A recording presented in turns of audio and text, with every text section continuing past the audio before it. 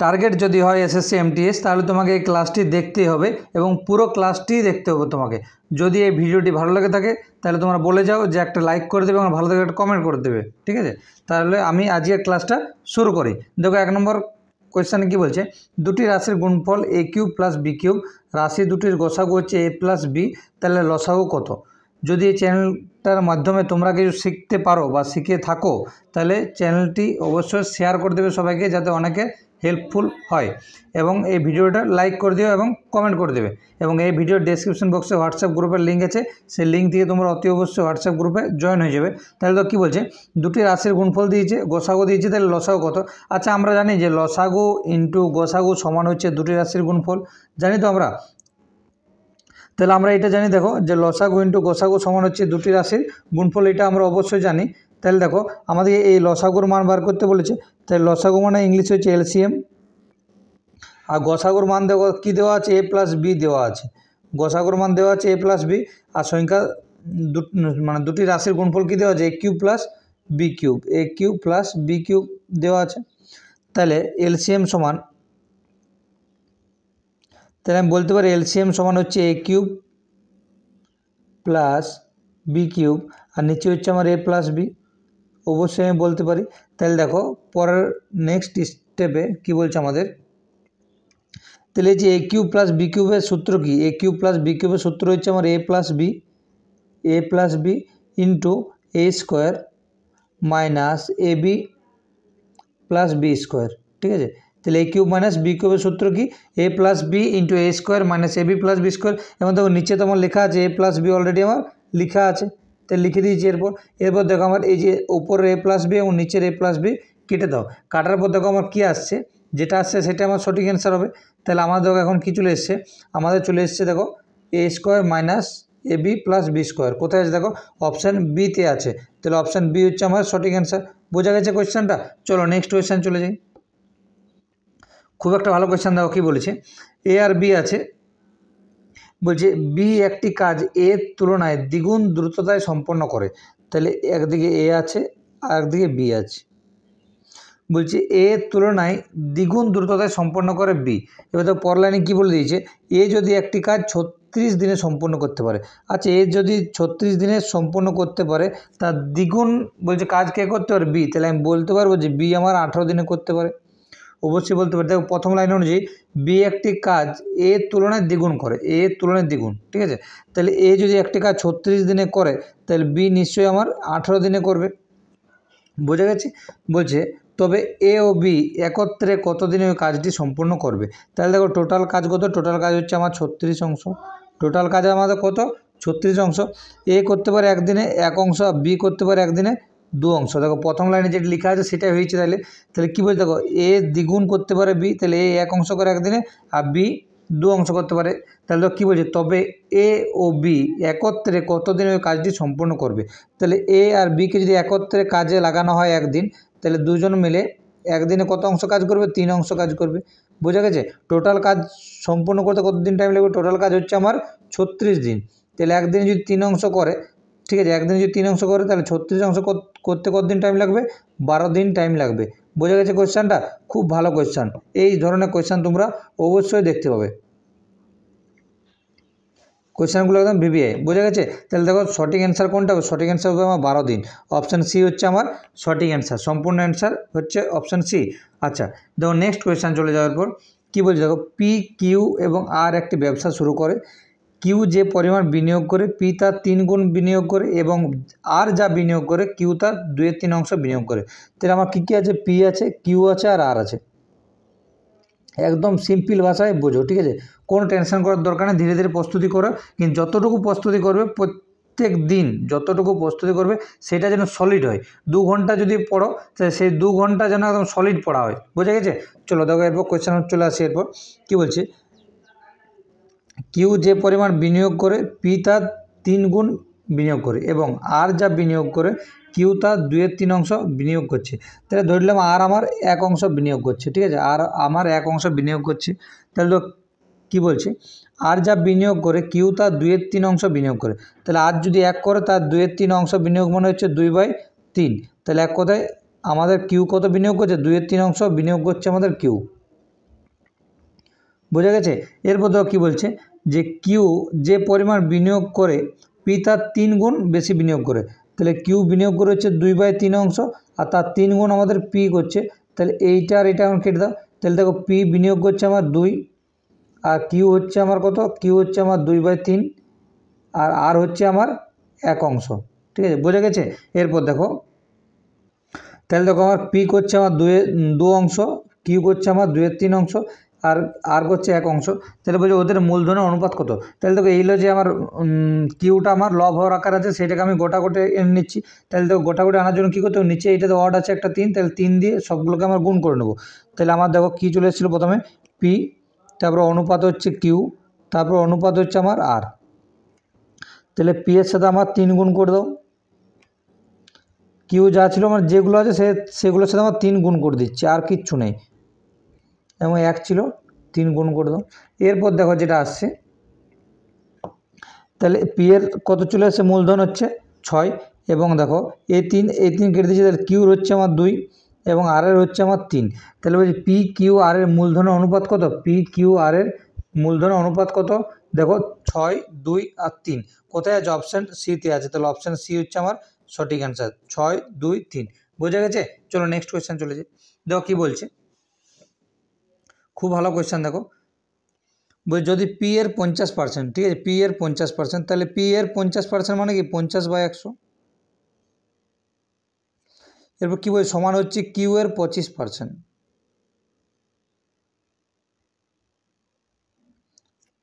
বোঝা গেছে, পি এর 50% আর কিউ এর 25%। তাহলে দেখো এই নিচের 100, এই নিচের 100 কেটে দিলাম। তাহলে এখন কি দাঁড়াচ্ছে, এখন দাঁড়াচ্ছে আমার 50p সমান হচ্ছে 25 কিউ, এইটা দাঁড়াচ্ছে আমার। তাহলে এরপর দেখো কাটাকুটি করো, এটা যদি কাটো 25 দিয়ে, 25 1 25, 25 2 50। তাহলে আমার কি হচ্ছে এখন 2p সমান হচ্ছে 1 কিউ। তাহলে দেখো পি এর মান কি, পি এর মান হচ্ছে আমার 1, আর কিউ এর মান হচ্ছে আমার 2। এটা অনেকের অসুবিধা হয়, তো আমি আবার বলে দিচ্ছি। যখন সমান আকারে থাকবে, যখন আমার সমান আকার থাকবে, তখন কিউ এর মান হয় এইটা অপোজিটটা, আর পি এর মান হচ্ছে এইটা। ঠিক আছে, তাহলে দেখো পি এর মানের জন্য 1 লিখেছি, আর কিউ এর মান 2 লিখেছি। এরপর দেখো কী বলছে, তাহলে আমি পেয়ে গেছি পি এর মান হচ্ছে 1 আর কিউ এর মান হচ্ছে আমার 2। আমার কি বলছে, পি সমান কিউ এর x% হলে, পি সমান কিউ এর x% হলে এক্স এর মান কত। পি তাহলে কিউ এর কত পার্সেন্ট, দেখো পি হচ্ছে কিউ এর 50%। কারণ দেখো পি, এই যে কিউ এর 50% পি বটে আমার, তাহলে সঠিক অত দেখার দরকার নেই। তাহলে পি হচ্ছে কিউ এর কত পার্সেন্ট, 50%। তাহলে অপশান সি হচ্ছে আমার সঠিক অ্যান্সার। বোঝা গেছে। কারণ এটা হচ্ছে 2 টাকা, এটা হচ্ছে 1 টাকা, তাহলে কিউ যদি 2 টাকা হয়, তার আর যদি পি যদি 1 টাকা হয়, তাহলে কিউ এর 50% আমাকে পি, অত কিছু দেখার দরকার নেই। ঠিক আছে, আচ্ছা যে করতে পারো। দেখো কী বলছে, পি সমান কিউ এর x%, তাহলে কিউ এর x%, x% মানে x/100। তো তাহলে দেখো পি এর মান 1 দেওয়া আছে, আর কিউ এর মান 2 ইন্টু x/100। তাহলে এটা কেটে দাও। তাহলে 1 সমান x/50, কোনাকুনি গুণ করে দাও, এভাবে কোনাকুনি গুণ করে দাও। তাহলে x সমান কত চলে এসছে আমার 50%, x সমান কত আসছে আমার 50% আসছে। তাহলে দেখো আমার ওই অনুযায়ী তাহলে আমি বলতে পারবো যে পি কিউ এর কত পার্সেন্ট, 50%। চলো নেক্সট কোয়েশ্চেন চলে যাই। আচ্ছা এইটা কিন্তু একটা ভালো অঙ্ক।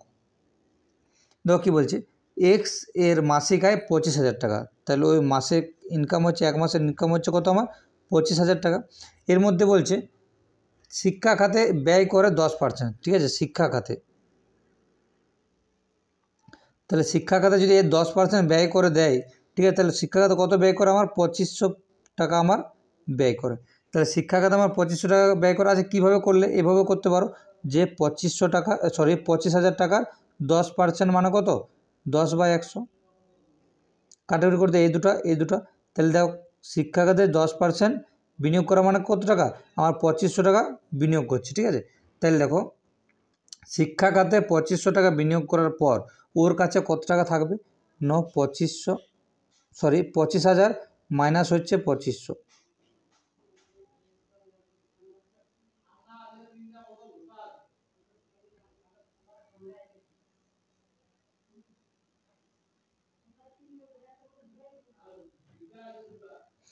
তারপর কী বলছে, তাহলে বাকি আয়ের 20% ব্যয় করে, তাহলে বাকি আয় এখন কত 22,500 টাকা। এবার 22,500 টাকার মধ্যে তার 20% ব্যয় করে দিচ্ছে গৃহ খাতে, তাহলে গৃহ খাতে 20% ব্যয় করছে, তাহলে গৃহ খাতে 20% ব্যয় করা মানে কি 20/100, তাহলে এই দুটো কেটে দাও। ঠিক আছে, তাহলে দেখো 5, এদিকে একটা শূন্য, 5 দুগুণে 10 শূন্য, 2 দুগুণে 4, 5 আর 2 দুগুণে 4, তাহলে 4500 টাকা, 4,500 টাকা কোথায় বিনিয়োগ করে দেয় না গৃহ খাতে আমার, এই যে গৃহ খাতে, তাহলে লিখে দিচ্ছি এটা গৃহ খাতে। বোঝা গেছে? তাহলে আমার দেখো আমার ছিল কত 22,500 টাকা ছিল, আমার 22,500 টাকা ছিল, 22,500 টাকার মধ্যে আমার 4,500 টাকা আমার গৃহ খাতে যদি ব্যয় করে, তাহলে কত টাকা থাকে এখন দেখো লিখে দিচ্ছি।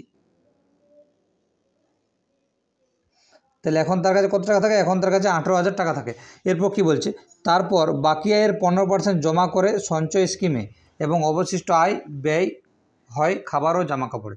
আচ্ছা, তারপর বাকি আয়ের 15% জমা করে সঞ্চয় স্কিমে, তাহলে 18,000 থেকে 15% জমা করে দিচ্ছি, তাহলে দেখি কত হাজার টাকা জমা করছে।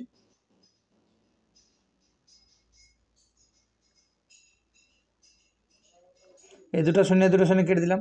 ঠিক আছে, এবার 18 × 15 দেখো কত হয়। তাহলে দেখো কী বলছে যে 18,000 টাকা থেকে সে 15% সঞ্চয় করে, তাহলে 15% সঞ্চয় করা মানে কি 2700 টাকা সঞ্চয় করে, তাহলে 18,000 থেকে যদি 2700 টাকা সঞ্চয় করে। ঠিক আছে, নেক্সটে চলে যাচ্ছি। দেখো ওর কাছে ছিল কত 18,000 টাকা ছিল, 18,000 টাকা থেকে কত টাকা সঞ্চয় করছে আমার 2700 টাকা সঞ্চয় করছে। 2700 টাকা সঞ্চয় করার পর তাহলে কত টাকা থাকছে ওর কাছে 15,300 টাকা অবশিষ্ট থাকছে।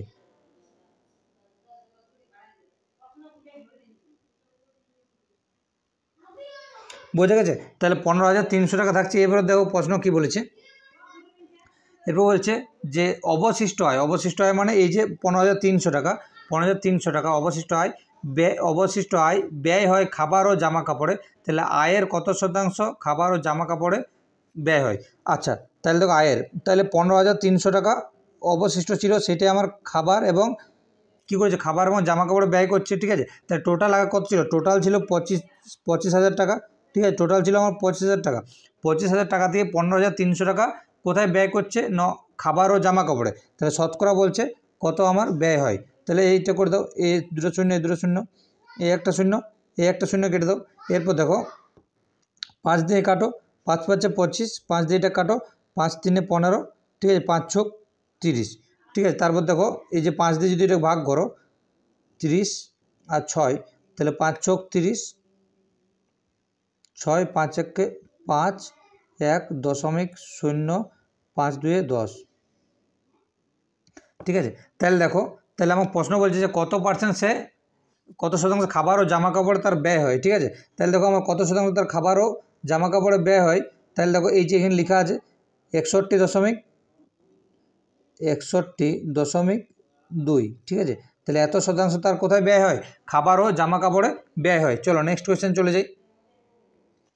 আচ্ছা, এই কোয়েশ্চেনগুলো কী করবে, এই কোয়েশ্চেনগুলো একদিকে সিপি লিখবে, একদিকে এসপি লিখবে। ঠিক আছে, একদিকে সিপি আর এসপি।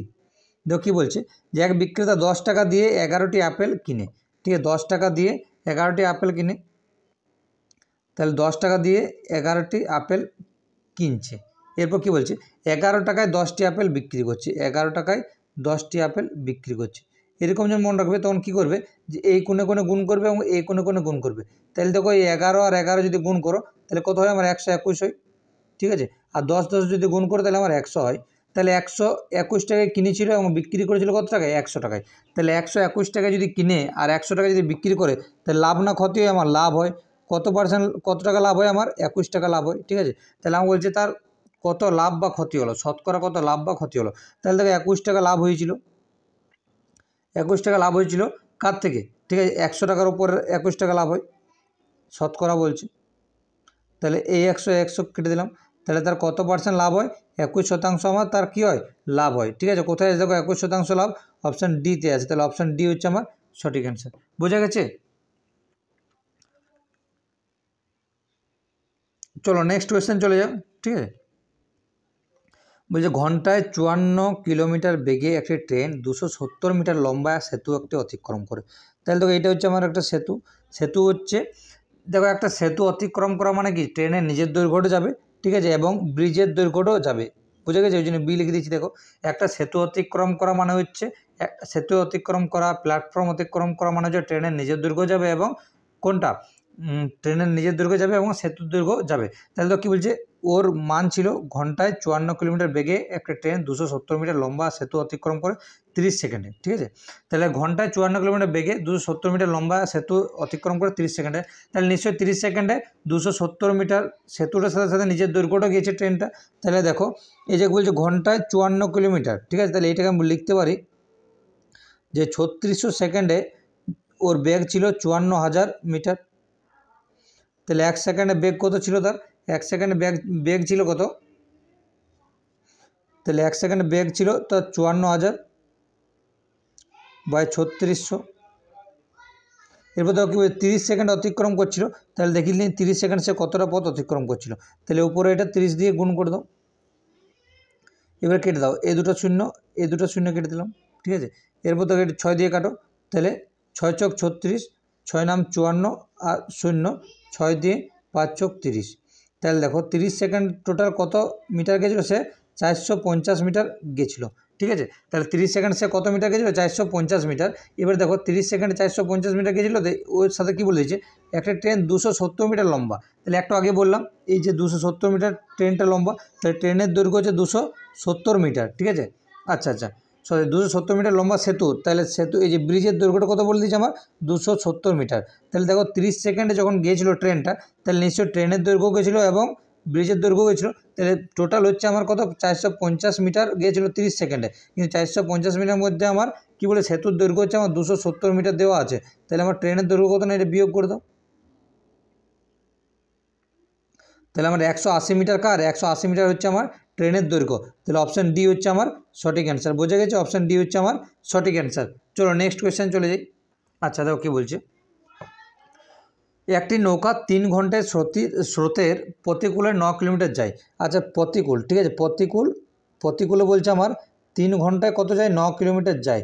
তাহলে 1 ঘন্টায় কত যাবে, 1 ঘন্টায় যাবে 9/3 সমান 3 কিলোমিটার। তাহলে প্রতিকূলতার গতিবেগ কত, প্রতিকূলতার গতিবেগ হচ্ছে 3 কিলোমিটার পার আওয়ার।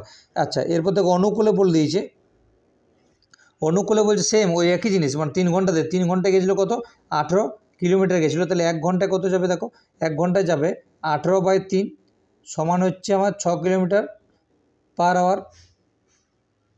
তাহলে দেখো আমার প্রতিকূলে বেগ ছিল 3 কিলোমিটার পার আওয়ার এবং অনুকূলে বেগ হয়ে গেলো 6 কিলোমিটার পার আওয়ার। এরপর বলছে নৌকার বেগ কত। আচ্ছা নৌকা সমান আমরা কী জানি, আমরা নৌকা সমান কী জানি, দেখো আমরা নৌকার বেগ সমান কী জানি, নৌকার বেগ সমান কী জানি,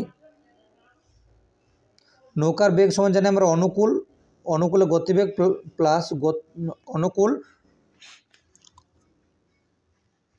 তাহলে দেখো এখানে আমার যে নৌকা, ঠিক আছে, আমরা এই যে বলছে নৌকার বেগ, তাহলে নৌকার বেগ সমান আমরা জানি যে অনুকূল প্লাস প্রতিকূল বাই 2। ঠিক আছে, ওইটাই দেখে লিখবো যে নৌকার বেগ সমান অনুকূল প্লাস মানে অনুকূলের গতিবেগ প্লাস প্রতিকূলের গতিবেগ বাই হচ্ছে 2। আচ্ছা অনুকূলের গতিবেগ আমি কত পেয়েছিলাম, অনুকূলের গতিবেগ পেয়েছিলাম আমার 6 কিলোমিটার পার আওয়ার, আর প্রতিকূলের গতিবেগ পেয়েছিলাম 3 কিলোমিটার পার আওয়ার, আর নিচে আমার 2 ছিল।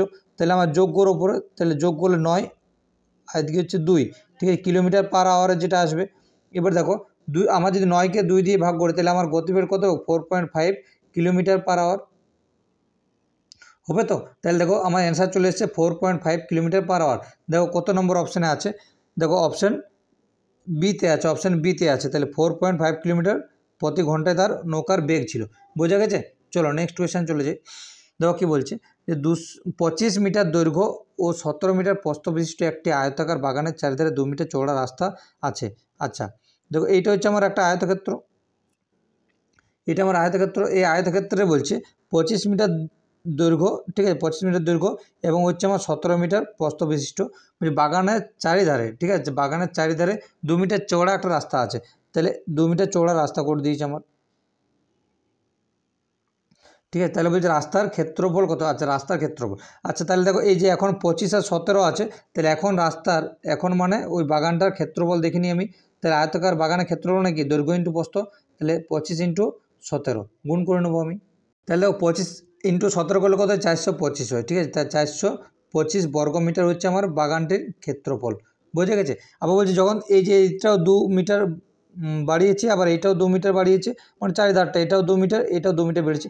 আচ্ছা তাহলে দেখো এখানেও আমার 2 বেড়েছে, এখানেও আমার 2 বেড়েছে, তাহলে আগে ছিল 25, এখন এদিকে 2 আর এদিকে 2, এখন কত হয়ে গেছে দৈর্ঘ্যটা? এখন হয়ে গেছে আমার দৈর্ঘ্য হচ্ছে 29 মিটার। আচ্ছা প্রস্থটা সেম, দেখো এদিকে 2 মিটার বেড়েছে, এদিকেও 2 মিটার বেড়েছে, তাহলে টোটাল 4 মিটার বেড়েছে। আগে ছিল 17, এখন প্রস্থ কত হয়ে গেছে আমার? 19 হয়ে গেছে, সরি 17 আর 4 21 হয়ে গেছে, ঠিক আছে 17 আর 4 21 হয়ে গেছে। তাহলে 17 আর 4 21 হয়ে গেছে। তাহলে দেখো এইটা যদি আমি গুণ করি, তাহলে এখন আর আমার এই মানে এই যে পুরোটার আমি ক্ষেত্রফল পেয়ে যাব, তাহলে দেখো আমি যদি 29 আর 21 যদি গুণ করো, তাহলে কত হয়? 29 আর 21 গুণ করলে হয় আমার 609 বর্গমিটার হয়, ঠিক আছে। তাহলে দেখো ভিতরের বাগানটির ক্ষেত্রফল ছিল 425 বর্গমিটার এবং বাইরের বাগানটি টোটাল পুরো বাগানটির ক্ষেত্রফল হচ্ছে আমার 609 বর্গমিটার। তাহলে রাস্তাটা কত? তাহলে দেখো 609 মিটার থেকে 425 বিয়োগ করে দাও। মানে আমি এখন এই পুরোটার এই যে আমি আঁকলাম, এখন এই পুরোটার ক্ষেত্রফল কত? পুরোটার ক্ষেত্রফল হচ্ছে আমার 609, এবং এই যে এইটুকুটার এখন যে কালো করলাম এইটুকুটার ক্ষেত্রফল কত? এইটুকুটার ক্ষেত্রফল হচ্ছে আমার কত? 425 বর্গমিটার। তাহলে আমি 609 থেকে যদি আমি 425 বর্গমিটার বিয়োগ করি, 609 থেকে যদি আমি 425 বর্গমিটার বিয়োগ করি, তাহলে আমি রাস্তাটুকুটা পাবো, এই রাস্তাটুকুটা আমি পেয়ে যাবো, অবশ্যই আমি পেয়ে যাবো, ঠিক আছে। তাহলে বিয়োগ করে দাও। তাহলে 609 থেকে 425 যদি বিয়োগ করি, তাহলে কত হয়? 184 বর্গমিটার হয়, 184 বর্গমিটার, ঠিক আছে। কোথায় আছে দেখো? অপশান এতে আছে। তাহলে অপশান এ হচ্ছে আমার সঠিক অ্যান্সার। বোঝা গেছে? অপশান এ হচ্ছে আমার সঠিক অ্যান্সার। চলো আজ এই পর্যন্তই।